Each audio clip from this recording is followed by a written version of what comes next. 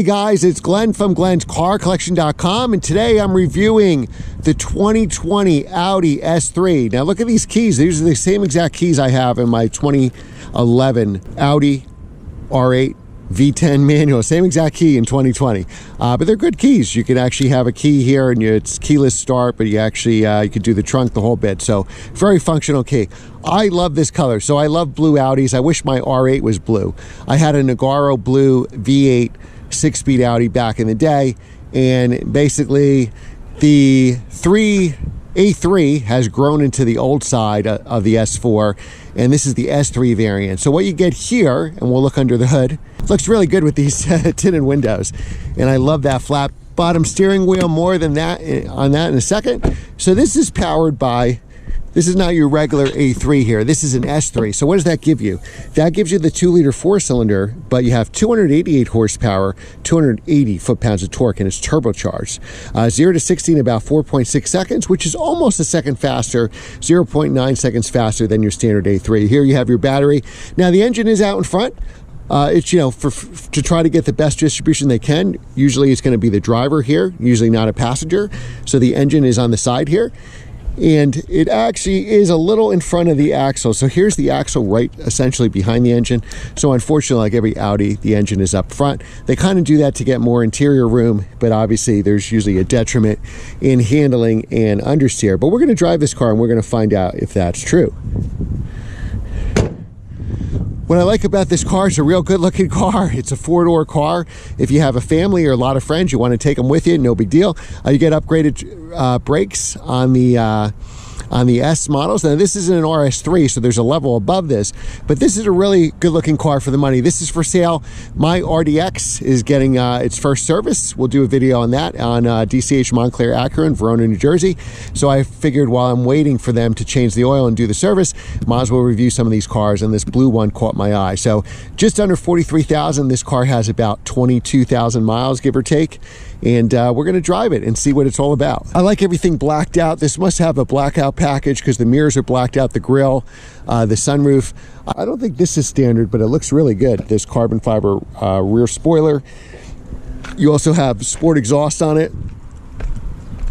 Now let's see, I'm 6 feet tall. Can I sit in the back? So the detriment of these cars typically are they're not designed for tall people. So let's see if I can fit back here. So once I'm in, I'm actually fine. I'm wearing a hat for this GoPro. So I could use another inch, maybe or two of headroom here.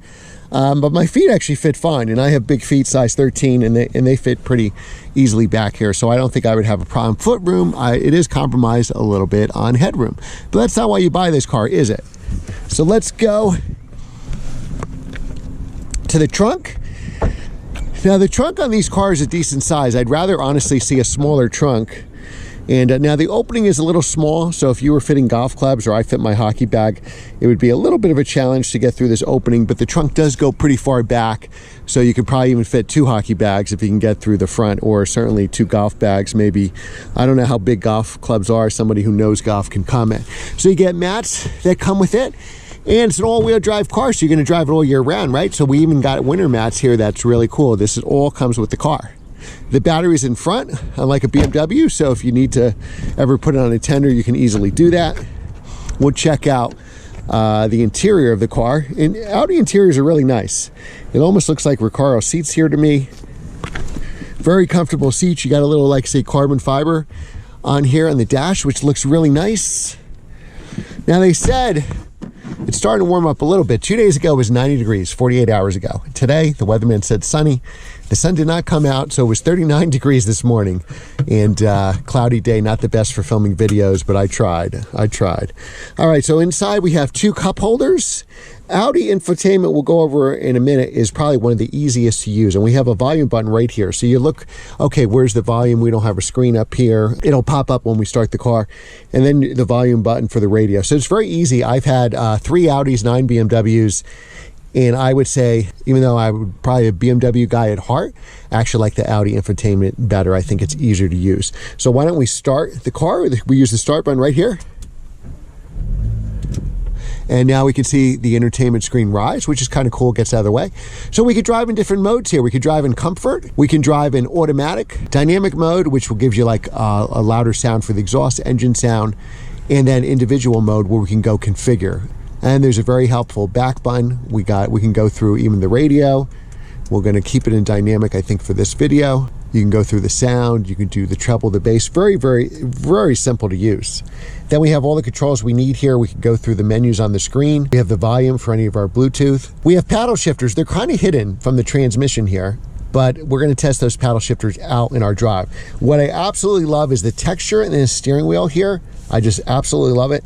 And I love flat bottom steering wheel. So good job, Audi, giving us that flat bottom steering wheel. We can also like the HVAC vents. It reminds me of my CLA 45. That was pretty cool. Now you have a good backup camera here, and you have sensors front and rear. So the backup camera is not 360 on this model. It does look to be pretty good resolution, and this is a 2020 model. All right, so now we're going to take it for a spin. Now what we could do is we're going to put it in drive, and we also have a sport mode. So neutral, sport, because we're driving in the sport setting in dynamic, so it's actually going to put us in sport mode.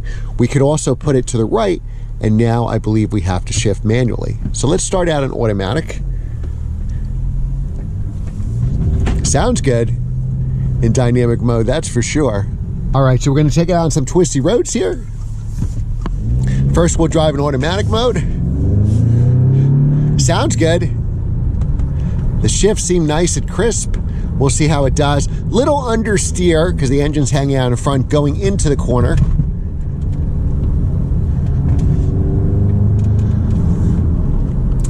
But so far it seems pretty nimble. We're going to get to a test. We're going to come to some S turns in a minute, and then we'll really test the handling. Now this is a bumpy road, so the suspension on this is going to be a little stiffer than the regular A3.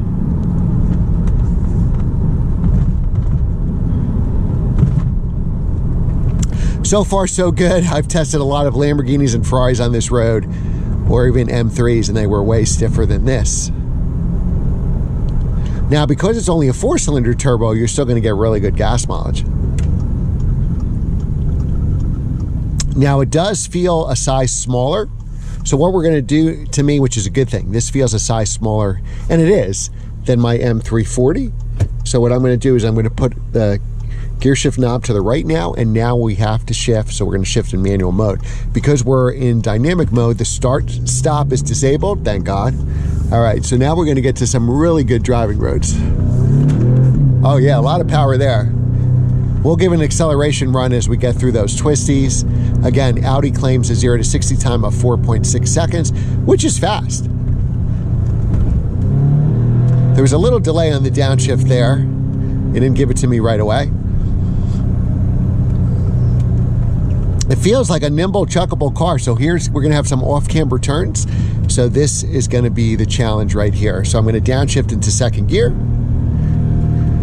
We got an off-camber turn with a sharp left-hander. No problem, little understeer again going to that turn. We can really use that all-wheel drive to claw out of the corner. I'm gonna hang back just so we can do a little acceleration here. I'm gonna look for a straightaway. All right, so here's pretty much a straightaway. So I'm gonna stop for a second here. I'm gonna, downshift us to first, and we're gonna go.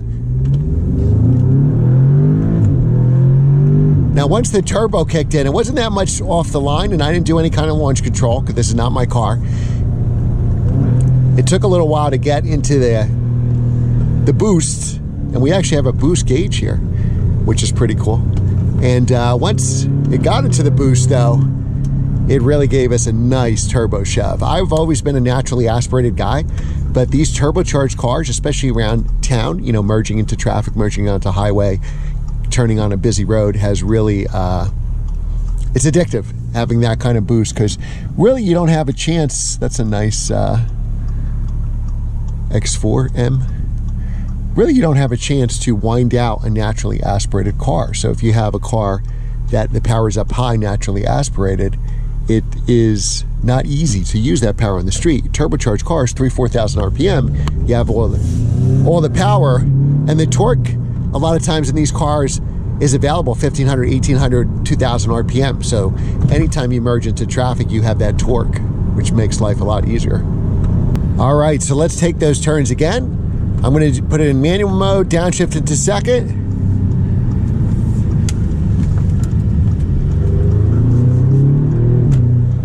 little understeer there going into the turn. Downshift into second for this off-camber turn.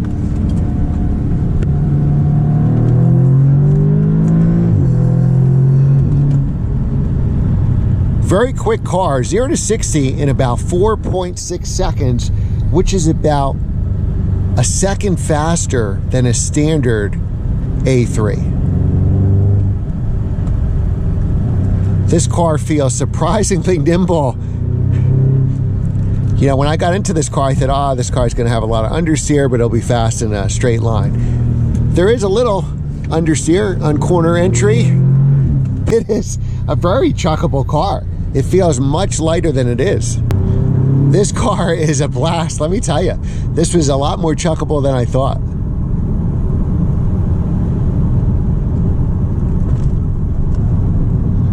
It's really fun. I would drive this car in manual mode whenever possible. It's really fun to go through the gears. There's a little delay, and we're in dynamic mode, well, I'm surprised. There's a little delay on the upshifts and downshifts.